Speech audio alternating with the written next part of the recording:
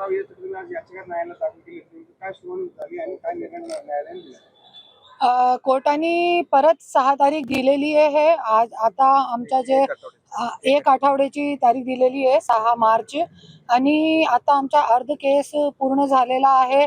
आणि जसे की आज धनंजय मुंडे जे आहे ते परत मंत्री होण्याचे स्वप्न बघतोय, पण इथे जे आहे औरंगाबाद हायकोर्टामध्ये त्यांची आमदारकी 100% जाणार आहे जसं मी दावा करत आहे.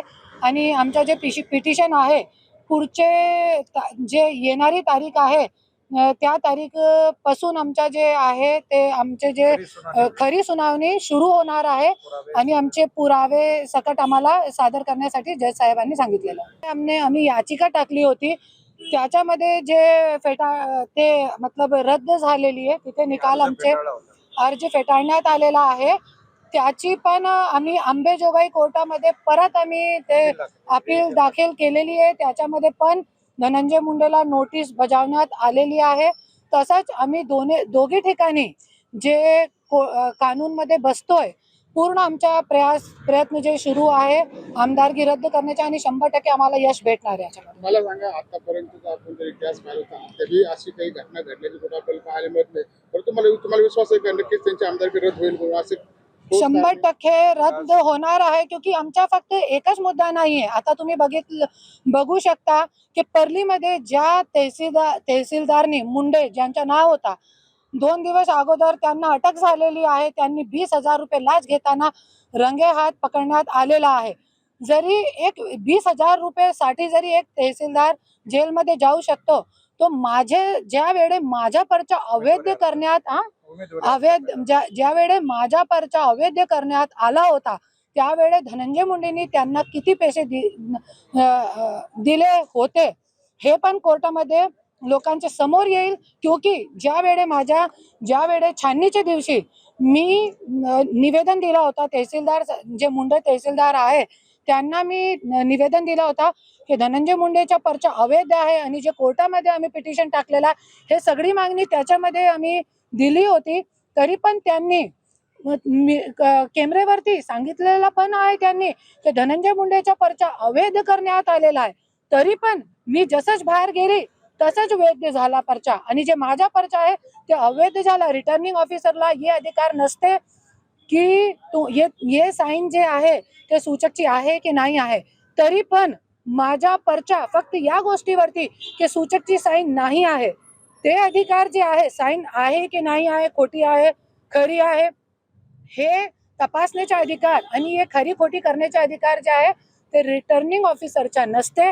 हे गोष्टी आणि धनंजय मुंडेने जे गुंडागर्दी करून दमदाटी करून आणि तुम्हाला माहिती आहे एक ॲडव्होकेटला जाधव ॲडव्होकेट जे होते त्यांच्या सोबत पण जे मतदान केंद्राचे बाहेर मारहाण पण झाली होती. हे सगळे मुद्दे जे आहेत ते आम्ही कोर्टामध्ये दिलेले आहे आणि 100% मला खात्री आहे की मला न्याय भेटणार आणि भेटणार.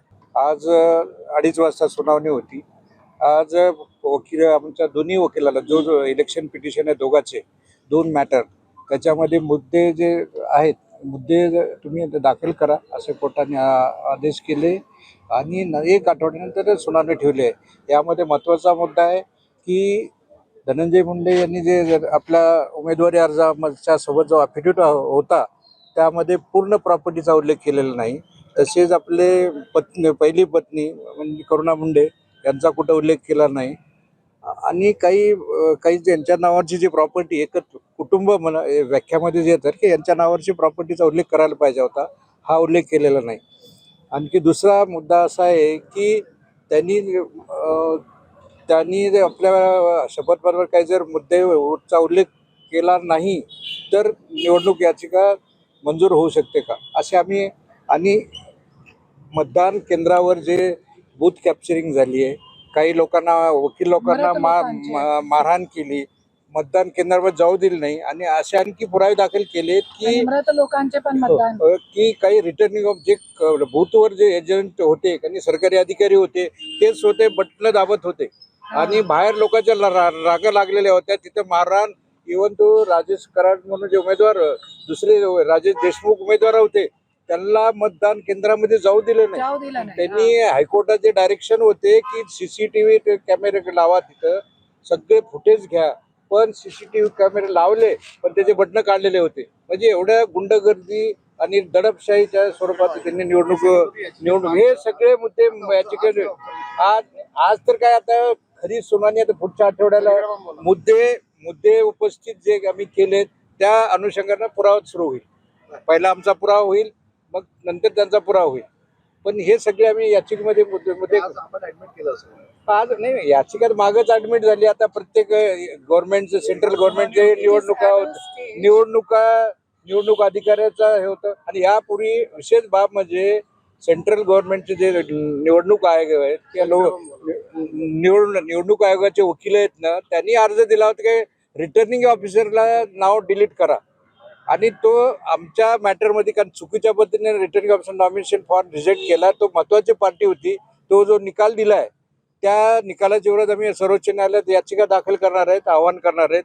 आणि आमच्या मॅटर मध्ये निवडणूक अधिकारी महत्वाचा प्रतिवादी आता 1 आठवड्याने ठेवली आहे. आज आता मी नियोजित जे मुद्दे आहेत ना ते उपस्थित कोर्टाला कॉपी देणार. त्यानंतर कोर्ट त्याच्यावर करेक्शन करून मुद्दे काढणार आणि पुरावा सुरू होणार. आता खरी सुनावणी 1 आठवड्यापासून सुरू होईल.